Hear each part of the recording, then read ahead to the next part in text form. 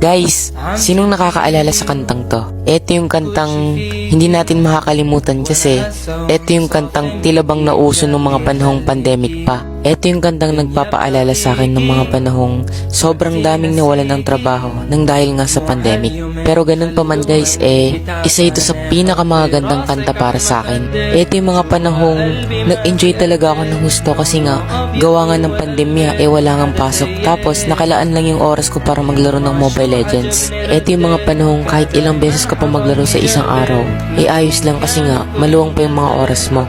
Dati pa nga guys, galit na galit ako sa pandemic kasi madaming nawalan ng buhay dulot nito. Pero ngayon guys, nakakatawa man isipin guys pero namimiss ko talaga. Siguro nga guys, alhamdulillah, malayo na tayo sa realidad na yun. Pero habang buhay kong aalalahanin na isang araw, nakafocus din ako sa modular tsaka online classes.